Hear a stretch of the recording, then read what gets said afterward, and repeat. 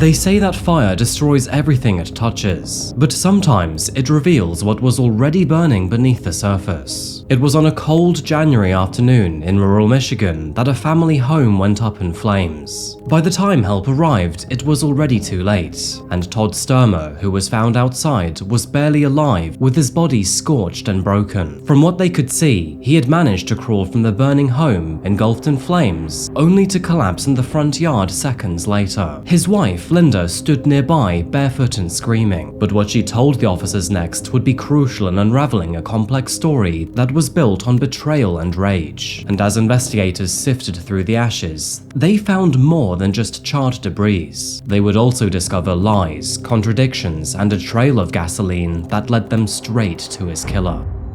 And what followed? Well, let's just say that this kind of story will leave you questioning who the real victim is right until the very end. Welcome back to Coffeehouse Crime, folks. My name is Adrian, and today we're diving into a horrifying domestic case. Please subscribe if you'd like to see more stories like this weekly. And now, with that said, please grab yourself a coffee.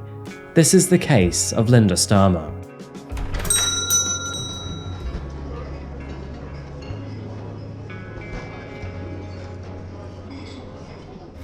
On the afternoon of January the 7th, 2007, the cold stillness over Waverly Township in Michigan was broken by the crackle of a radio call. An urgent house fire had been reported near 51st Street, just west of Bloomingdale. For the men and women of Comstock Township Fire Department, this was the kind of call that always worried them. They were miles away, and they knew that by the time they reached the property, what might have started as a small blaze could now have already swallowed the entire house. They knew this house too, most locals did. A sprawling old place that was set back from the road by a gravel driveway and half hidden behind bare winter trees. The place belonged to Todd and Linda Stermer, a couple and a family who, at least to their neighbors, seemed ordinary enough. By the time that firefighters arrived, they were met with a house which was now fully ablaze. Smoke plumed from the main section of the building, with fire visible on both sides. It became obvious to them that this was no small disaster, and with a large family living here, including several children, the firefighters were prepared to risk their lives for whoever was still inside. When firefighters and neighbors finally arrived at the scene, they were met by the family's mother, who had some good news and some rather bad news. The good news was that none of her children were inside the property at the time, as conveniently they were all away for the day. But the bad news, well, that became clear almost immediately. Lying in the grass behind her was her husband, Todd, and sadly, one look told them all they needed to know. He was practically dead. They noted that he was severely burned, basically from head to toe, and apart from a pair of boots and sweatpants around his ankles, he was naked. First responders rushed to help him, but despite their efforts, he never regained consciousness, and sadly, he was pronounced dead at the scene. And as for Linda, well, she did seem to be a little bit frazzled, but otherwise was in good condition. However, I think everyone at the scene already knew that there was more to this story than some simple tragedy. There were lots of little signs that just really didn't make any sense, you know? Like a car parked way at the edge of the yard, tracks in the snow that didn't seem to check out, and items placed in strange spots that just felt off. And so, with that in mind, investigators kept a very close eye not only on the crime scene, but Linda herself. By sundown, all that remained of the Stermer home was a steaming skeleton of wet timber and scorched brick, with one life lost, one left behind, and far too many smouldering questions. Questions that, quite arguably, were hotter than the ashes themselves. So, what really happened that afternoon? How did the fire begin? And what secrets lay buried behind Todd's tragic death? Well, to get those answers, we have to step back in time to where the Sturma family's story began. And the deeper you look, the more visible their flaws become. Before the fire, both Linda and Todd appeared to be living a humble Midwest dream. As a large family of 7, they had dreams to build a beautiful home in Michigan. And not only that, but they also had their own careers in progress. Beginning with Todd Stermer, who was born on November November the 22nd, 1964 in Kalamazoo. He was a graduate of Portage Northern High School and KVCC. He eventually moved on to become a high school official in several sports, and loved coaching children in baseball, softball, basketball, and football. Moving into his adulthood, he stayed in the area and was known by everyone around him to be friendly, hardworking, and loved to run his own companies. It was in his 20s that he started a small business selling work gloves and hunting gear, where he would go on to make quite the sizable profit. Not only that, but he prided himself on being a provider to those around him, and at the age of 25, that is when he met her, Linda. Now, Linda was a local woman with 2 young daughters from a previous relationship, and although she was initially hesitant to grow close to Todd, he would eventually win her over with his charisma and charm. The two met in 1989. By the early 1990s, their relationship had blossomed. They would even go on to have 2 children before officially tying the knot, and in August of 1993, they were married. Despite her daughters, Todd willingly stepped into the role of father to all 4 children. Not only that, but he would even open their home to Linda's young nephew Corey, who unfortunately had a troubled family situation and was then adopted by the 2. Friends and relatives saw Todd as a true family man, and it's known that he would try to do everything for them. In photos from those years, the Sturma household looked happily chaotic, with a blended family of 6, later 7, and filled with laughter, pets, and a farm's worth of animals. Talking about the property for a moment, the Sturma home was a small farm on the outskirts of Lawrence, Michigan. Both Todd and Linda had saved up the money to purchase this land, which was dotted with oak and pine trees, and was the ideal place for them to build their dream home. Over the years, and under their care, the property would slowly come to life. A barn was raised out back to accommodate Linda's beloved horses, and pastures were fenced in for their grazing. And by the year 2007, she actually had dozens of horses on the farm, personally seeing them as both a hobby and a side business. However, this was not actually her main hustle. Linda worked as a technician at a dialysis clinic, while Todd managed his glove business and juggled side projects as he built the family home. And together, they tried to look after 5 children, dozens of animals, 2 jobs, and a renovation. You could say that with all of this going on, life was not easy. However, it was definitely ambitious and rewarding. And then, of course, came the fire on January the 7th, 2007. So, do you remember I said that things didn't seem to quite add up at the crime scene? Well, there were plenty of small clues left behind which did seem to suggest foul play.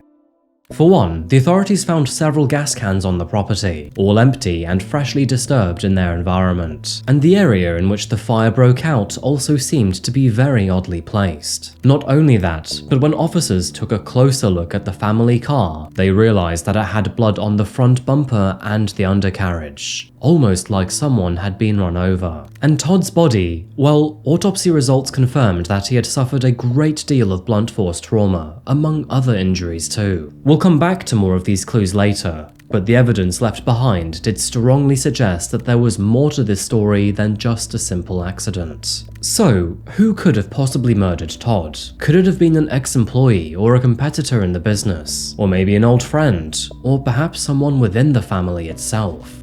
Well, as far as we can tell, Todd had no enemies. In fact, he was well loved not only by his neighbors, but his entire community.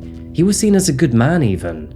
So, how about within the family home? From the outside, everything seemed to be peachy, especially Todd's and Linda's marriage. But the truth is that actually, they were suffering many hardships, more than most in fact.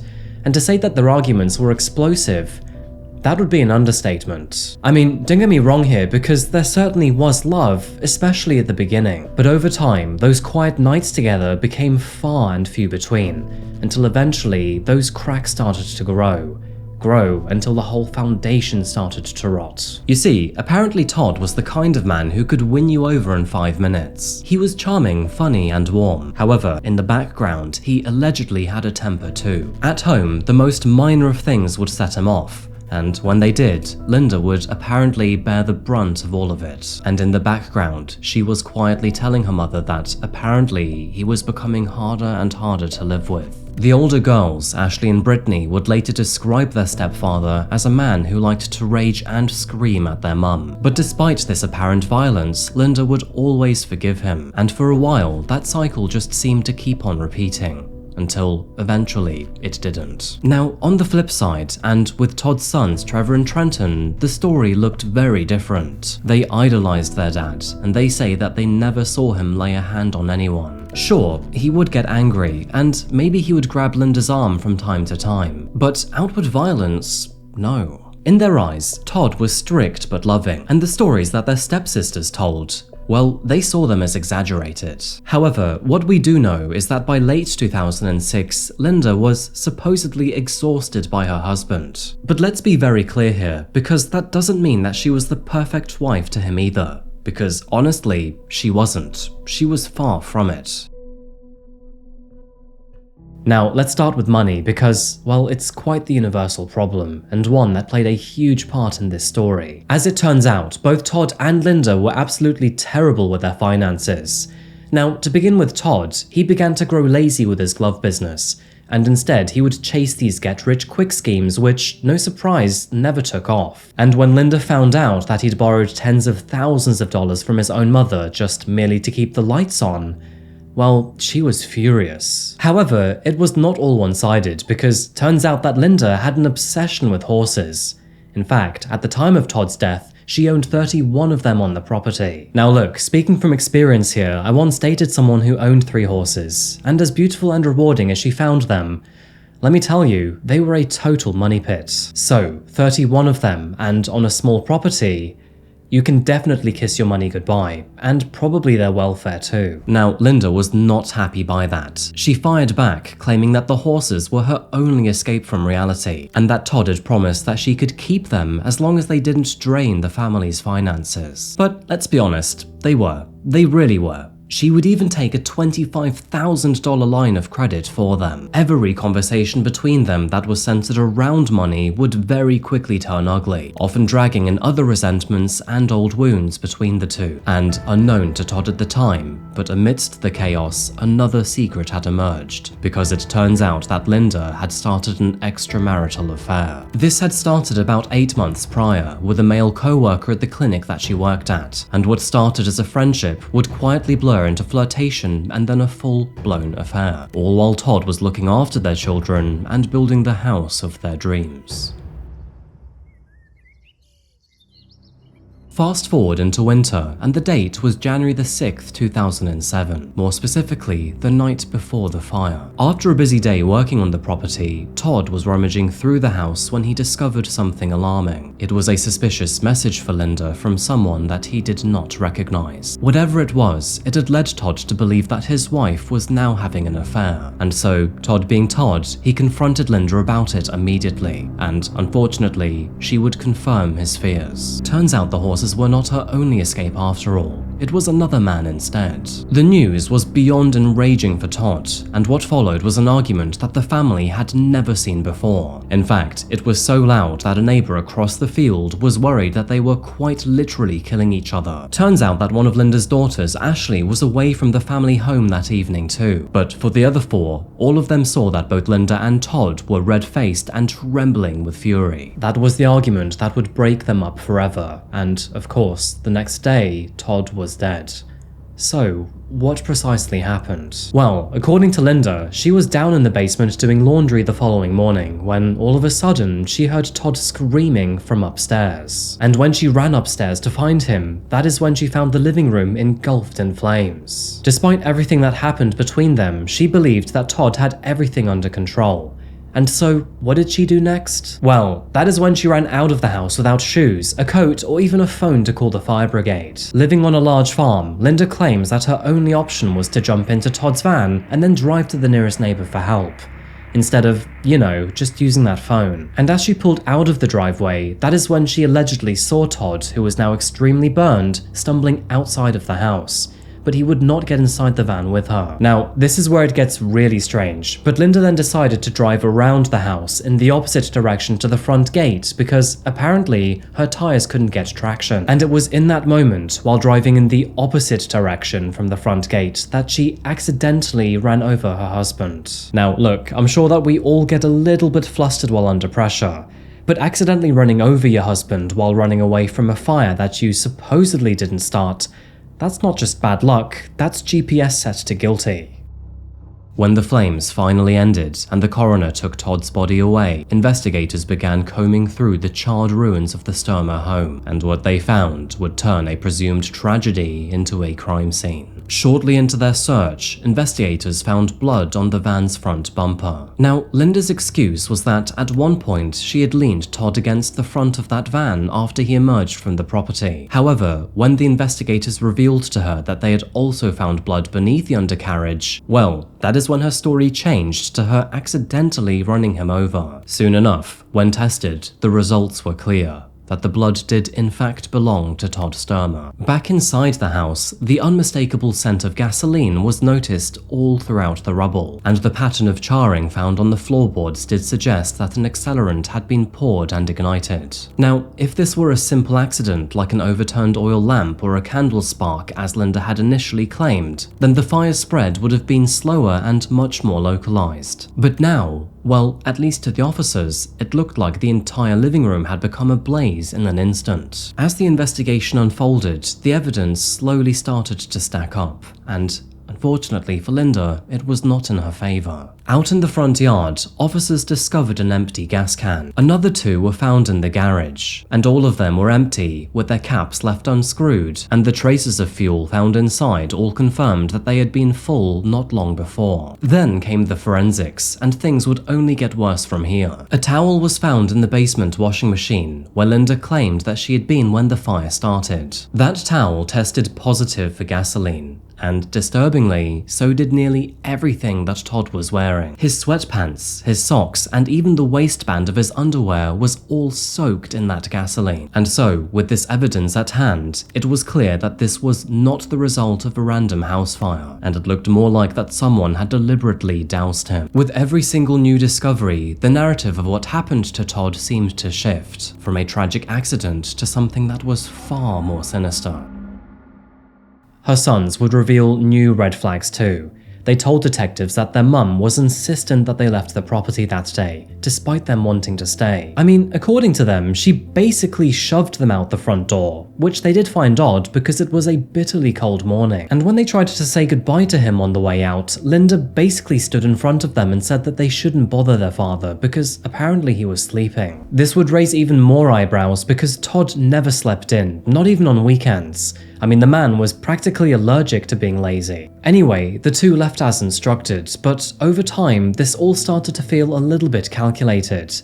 And eventually, they began to wonder if maybe Todd had already been drugged at this stage, or perhaps even worse. And then, just when things couldn't look any sketchier, a gas station clerk approached the officers with yet another piece to the puzzle. She told the officers that she remembered Linda stopping by at the gas station at around 8 AM that morning. And the way that she bought fuel, well, let's just say it was not your standard top-up. A receipt confirmed that she spent $10 on petrol, which wouldn't even fill a lawnmower, let alone her SUV. And although it looked like she was filling the tank, she was actually slipping fuel into a container which was hidden in the back seat. Piece by piece, the case against Linda Stermer slowly began to take shape, and by late 2008, state police and fire experts had stitched together a chilling theory. They believed that after an intense argument the night before, where Todd had discovered that Linda was having an affair, she had made the decision to kill him and tried to make it look like a tragic accident. It took nearly 2 years to gather all the evidence and build a strong case against her, but in the end, the authorities came down hard, and on June 5th, 2009, they finally arrested Linda, charging her with arson and first-degree murder. However, as shocking as the arrest was, even darker revelations were still yet to come. Investigators would finally get a major break when Kate Fox, who was a longtime friend of the Sturma family, came forward with a very disturbing story. She claimed that Linda had apparently once confided in her, admitting that she had slipped a sedative in Todd's morning coffee that day to, quote, calm him down. She also said that Linda was quite clearly worried that investigators might find traces of that sedative in Todd's system. Not only that, but she had also asked her if she could go to the burned property and get rid of a coffee mug which was left in the dishwasher. And although Todd's toxicology report would eventually come back inconclusive, that doesn't necessarily mean that he hadn't been drugged. So, those are the main things that Linda was up against. However, there were many other nuances too. And you probably get the picture already, but she was in very hot water here, probably boiled from the fire that she lit herself. Linda's trial officially began in January of 2010 under very intense public scrutiny. By then, her story had already gone viral. A wife who had burned her husband alive before then running him over. According to the prosecution's theory, Linda's life was unraveling, and unfortunately, she saw only one way out. That being that Todd had to die. However, her defense would not go down quietly, and they snubbed the prosecution's story as a fantasy constructed out of coincidences and unreliable witnesses. The prosecution described how, on the morning of January the 7th, 2007, Linda put a cold, calculated plan into action. In the early morning hours, she drove to the gas station under the guise of buying milk. However, in reality, she actually filled a small can of gasoline. She next ensured that her sons were out of the house that afternoon, pushing them to go see a movie in town so they wouldn't interfere or witness what was yet to come. Back at the farm, Linda spiked Todd's morning coffee with a sedative, and with Todd now unconscious and on the living room couch, she then retrieved the hidden gas can, poured all of it over his body and the living room floor, and then lit the match. The fire investigator testified that the blaze was absolutely arson without question. He pointed towards the gasoline traces found throughout the living room and soaked into Todd's clothing, which, as we know, included not only his socks but even his underwear and sweatpants. A crime lab analyst confirmed that the gas can found outside of the property had the very same residue as the fuel found on Todd's body, meaning that the accelerant had a source and it tied directly to the crime scene. Meanwhile, a medical examiner confirmed that Todd had suffered third-degree burns across 90% of his body. However, that was not the only thing that she had found. She also confirmed that he had 4 deep lacerations on his scalp and 2 broken ribs, and these blunt force injuries were consistent with being struck by a vehicle or beaten with a heavy object, or perhaps even both. When Todd survived the fire and then stumbled outside of the house, that is when Linda grabbed the van and finished the job that the fire had started.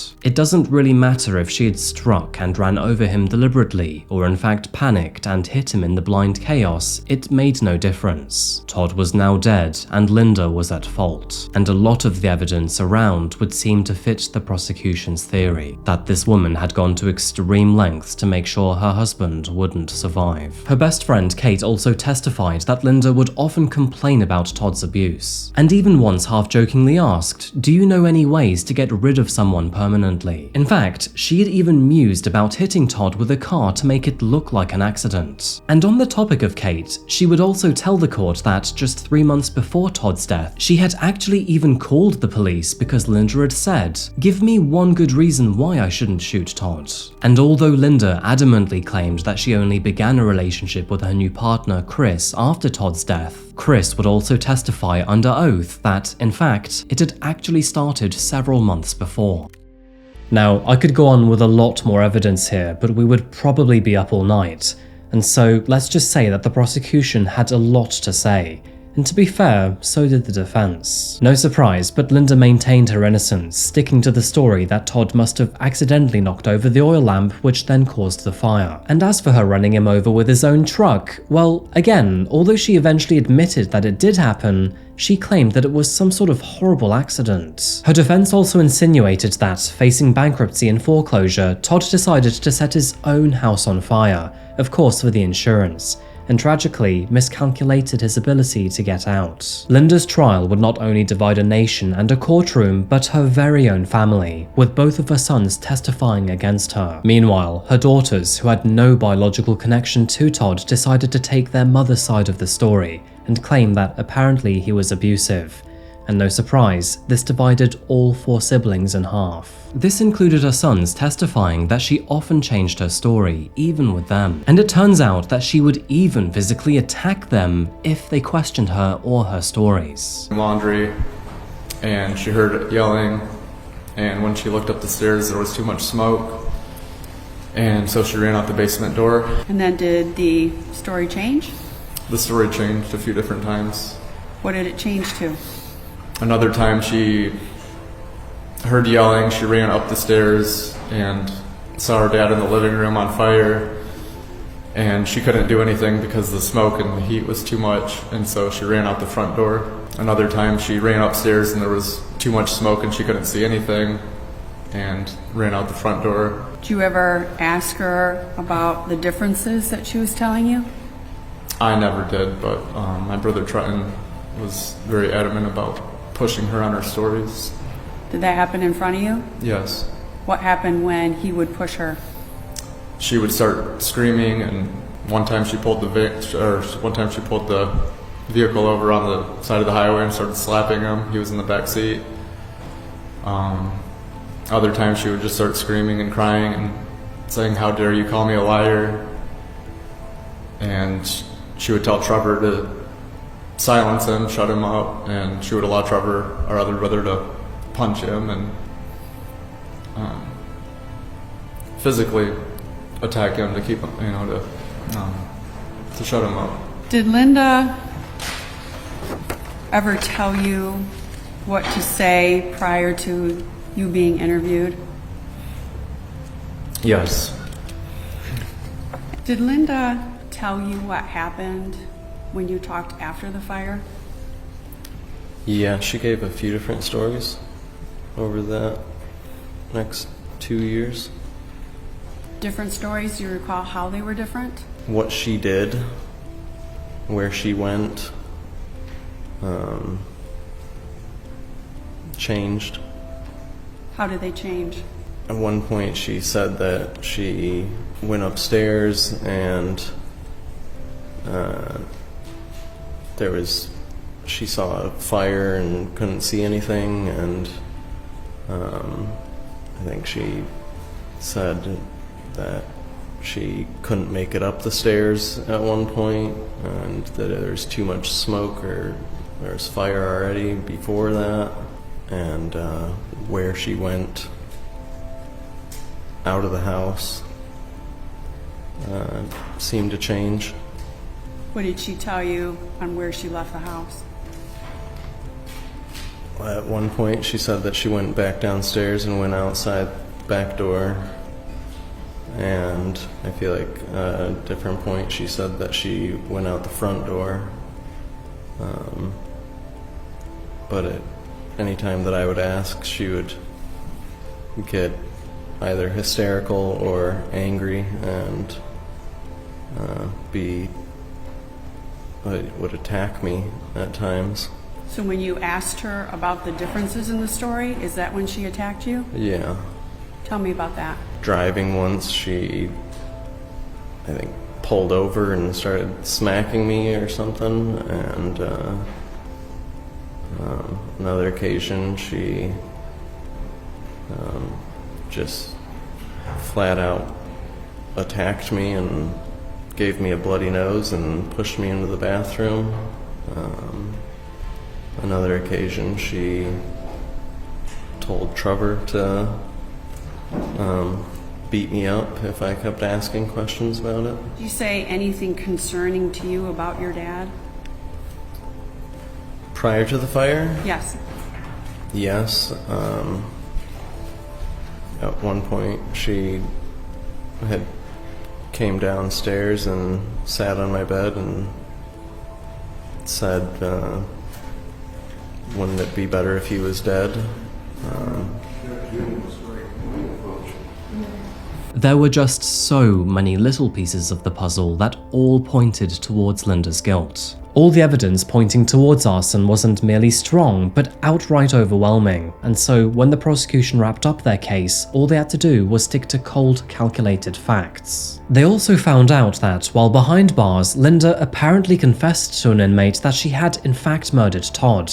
Apparently, she just outright said it. But of course, there was no actual way to prove this, and it was merely their word against Linda's. Now, moving to the legal proceedings of this case, Linda's trials were a little bit different to the usual, so let's dive into it. In February of 2010, and after weeks of testimony, the jury saw a clear pattern emerge. They saw a woman with motive, and a trail of evidence to support it. And so, in the end, they found Linda Stermer to be guilty on all counts. She was therefore convicted of arson and first-degree premeditated murder. As the judge read the verdict, Linda closed her eyes and shook her head, almost as if she couldn't quite believe that she was actually being held accountable for her own actions. And it seemed that justice justice had finally been served for Todd. The judge described her crime as monstrous. He spoke of the unimaginable pain that Todd must have endured, and the pain that all 5 children now have to face for the rest of their lives. After that, Linda was then sentenced to life in prison without the possibility of parole. However, the story would unfortunately not end here.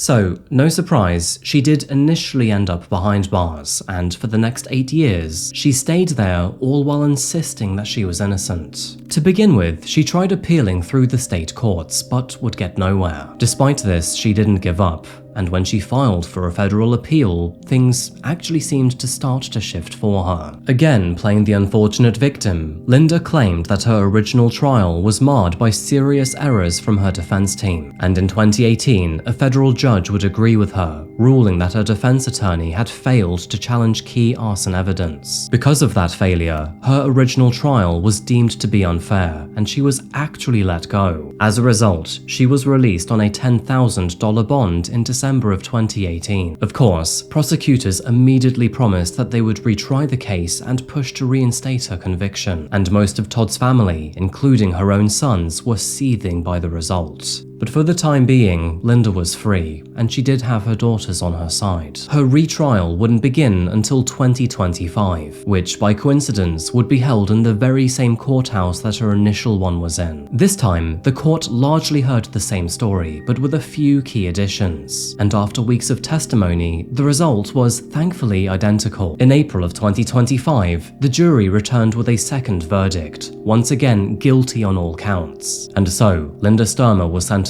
to life in prison without parole for a second time. And just like that, she was back to where she had started, a prisoner forever.